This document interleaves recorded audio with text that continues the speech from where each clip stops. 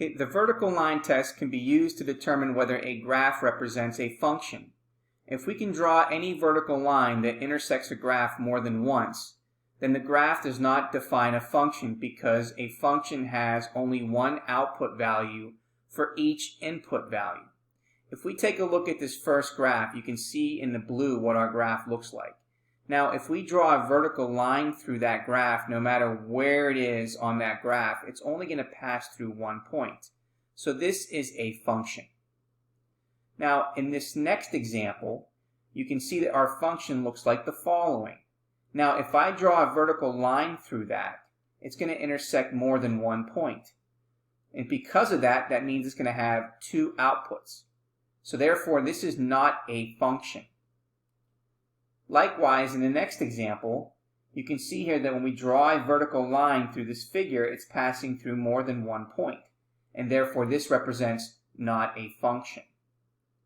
Now, if we're given a graph, we want to use the vertical line test to determine if the graph represents a function.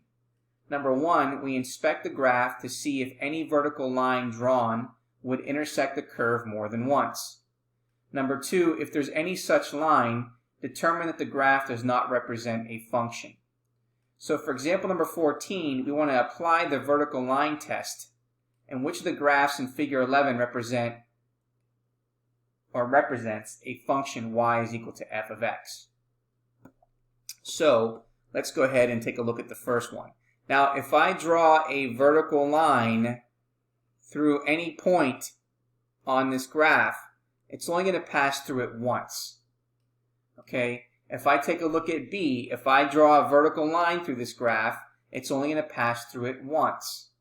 Now, when I draw in part C, I'm going to draw a line through it, and it's going to pass through the graph at more than one point.